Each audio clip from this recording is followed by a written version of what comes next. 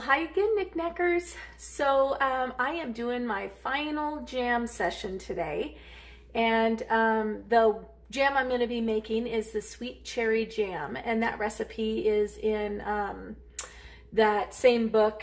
Let me see if I can grab it for you here. In that book, and it is on page 30. Oh, you know what? It's the same one, that original recipe that I was referencing with the peach, and it's just that very first one. So that's the one that I'm going to be using. I am needing to modify it a little bit just because I don't have 4 cups of the actual fruit.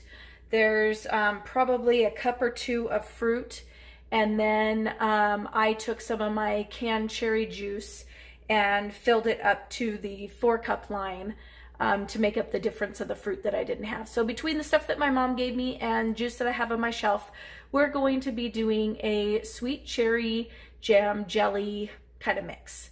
So anyway, let me get you situated and we'll start it.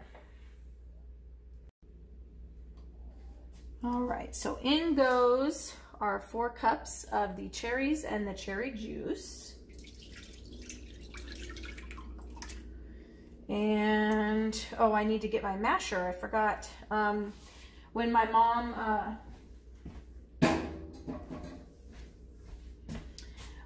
mom froze them, she froze them whole, like I normally do.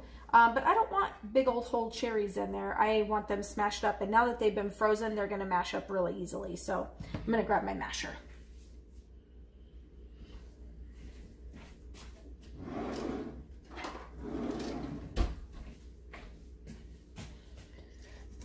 All right, so let's get to working on that.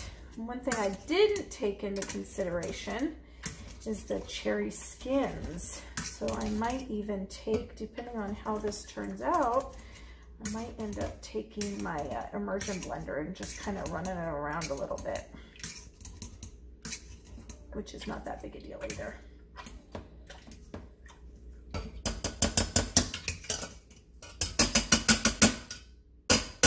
In fact, I think that's what I'm going to do. I think that'll be a lot easier.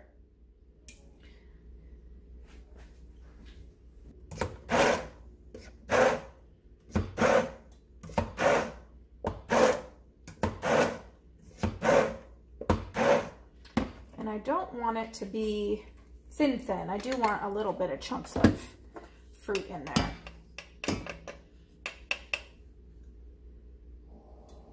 Good. So let's add our lemon juice in there. That's going to be a 1/4 cup of lemon juice. I think that'll be good for the cherry pieces. Oh, not a 1/4 cup of lemon juice. I better read that. 4 tablespoons of lemon juice. Good thing I had my little measuring tool sitting there. I probably would have put a 1/4 cup, which I suppose wouldn't be so bad. And that might even be about the same measurement. All right, so the lemon juice, let me see if we need to add everything in there. Cherries, lemon juice, cinnamon, cloves, and amaretto. All right, so the ground cinnamon is gonna be 1/2 teaspoon. Now, I am not a huge fan of cloves, so I don't have those on hand. And I have made this in the past without it, and it is still delicious. So I'm gonna just leave the cloves out. It's just for the seasoning. I think the only time I've ever used cloves, and I actually like the flavor, is in molasses cookies. And it probably would be fine in this. I don't want to waste my money buying something that I very seldom use. So maybe next time I make molasses cookies, I'll invest in some cloves. We'll see. All right, cloves and amaretto liqueur. And that's going to be a 1/4 cup. almost out of this. This has lasted me, I bet we're going on 10 years, close to. Yeah. Not something I really use very often, and there's enough in there for maybe a drink or two, depending on how much the recipe calls for. But it is, that flavor with cherry is fantastic. Basically kind of an almond flavor. And if you don't drink alcohol or use alcohol, lots of people don't, you can just use almond extract in place of the liquor, and you'll get that same flavor without the alcohol. Oh man, I wish you could smell that. It smells so good. Okay, and now we need the pectin, and I haven't even turned on my heat yet, so I'll go ahead and do that. And pectin is going to be 6 tablespoons. It's going to be just a package of pectin. Ooh, I hope I have enough. That's going to be very, very close. 1.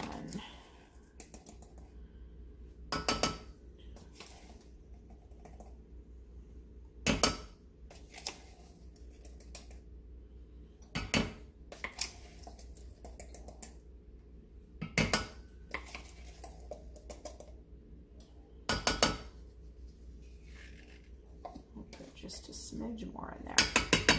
All right, whew. And that is, with all the jam I've been making, that is the last of my pectin. I'm so glad that I stocked up on that before when I did. So now what we're gonna do is we're gonna get this up to boiling, just like we did with all the other jams. Get that pectin stirred up in there and get that to boiling. That's gonna be another one that's a beautiful color, just like that raspberry that we did the other day. That is so pretty. All right, so I'll bring you back when we're ready to add the sugar.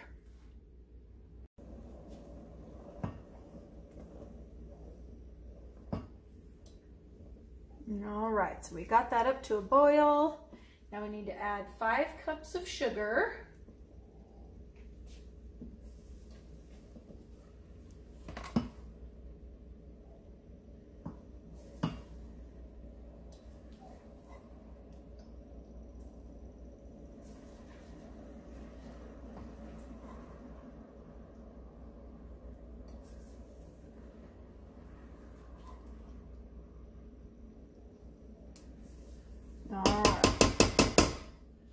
And just like with all the others, we stir, stir, stir, stir, stir.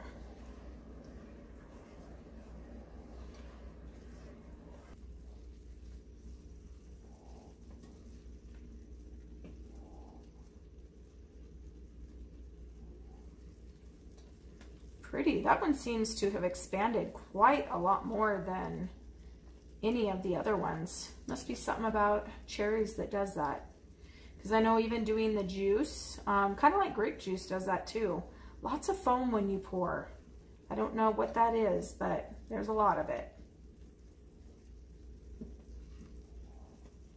All right, so we've gone over a minute now. So I am good with that. I'm going to get my stuff set up and ready to jar. And you'll see me in the blink of an eye when we're ready for that.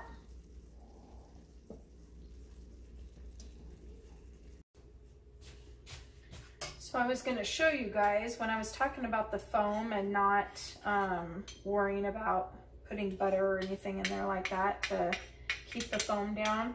I just went to stir the jam before putting it in my jars. And I don't know if you guys can see how that is all, whoop, that's hot. It's all kind of broken up.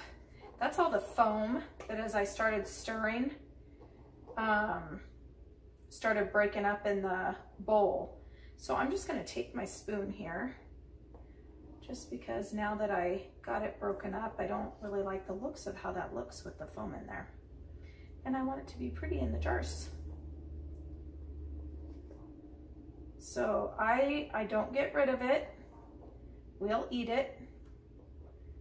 Like I said before, it has all the flavor of the jam that you're making. There's no reason to waste it. It's not, it's nothing bad. It just is a personal preference. I think a lot of people don't skim anything off, and people that do, I think it's more for like when you're selling your jams and jellies and you want them to be pretty, because you do. I mean, when people are buying food, they want it to look good too.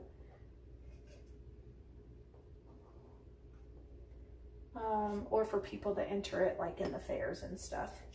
I've never done that. I honestly don't know that I ever will either. It's just not really something that I'm interested in. I like to go and look at them, but I never enter. Go figure. Okay, let's see. It's kind of a shadow there. It's hard to see.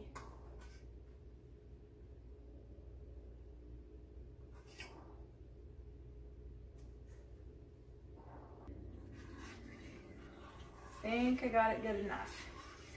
So let's start ladling that up. Get the lid off of my water.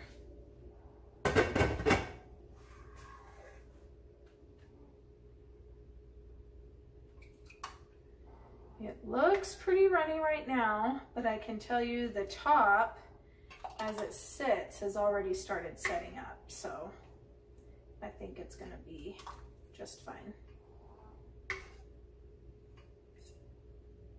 So far, all of my other ones have looked good. I did, I think I mentioned, I don't know if I played that video yet, or downloaded it yet, but there was one, actually two of my peach jams that did not seal. And I thought that maybe it was because I used some of the older lids. I do have an older lid. I found another one, so I'm using it. But I reprocessed them, and one of them still, again, didn't seal. So that jar I put in the fridge, and I took up my permanent marker and put X's all around the glass. And honestly, I'll probably just throw that one away, because it didn't seal on me twice, and I don't want to keep jars that I'm going to continually have to worry if they're going to seal or not. So that one's going to be going bye-bye. I know some people say, well, keep them and you can use them for your, you know, storage or whatnot, but my jars they're mainly for canning. So if they're not going to hold a seal, then honestly, they're no good for me to keep. So I'll just get rid of it. Thank goodness that doesn't happen very often.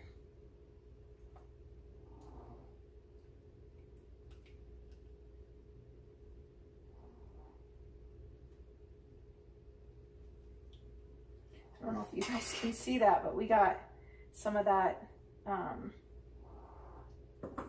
jam jelly that's hanging off there, so that's telling me it's going to set up really well.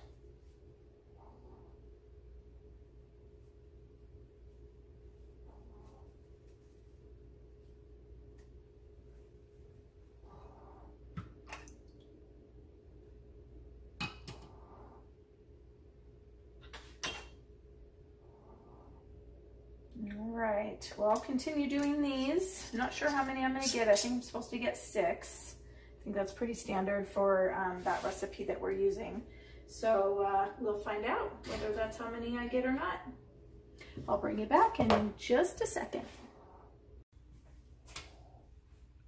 I thought I'd show you guys what it looks like. So I decided I was going to make myself a piece of toast and try it out. And let me show you guys the color there. Ah, so pretty. You can see the little chunks of the cherries in there. They made it under the immersion blender, and it's already setting up fantastic. The little that was left over, I put over the top of the foam, and it's setting up really nice. So, you get a whiff of the amaretto as soon as it comes up to your nose. It's so good. It's sweet. It's tart from that lemon juice. You cannot taste the liquor at all. It's amazing. It's so delicious. Out of all of them that I've made so far, I think this one, well, you know what? I'm going to say that it's my favorite, but as Beck always tells me, I always say it's my favorite. And it is. Each one I make is my favorite, but it is really good. So anyway, I'll bring you guys back when the jars are coming out of the canner. There are 6 jars in there, so that's perfect. Way more than enough than what I would ever need to stock my shelves. In fact, I think I still have some left over from last year or the year before when I made it. So I guess I better start eating more of it.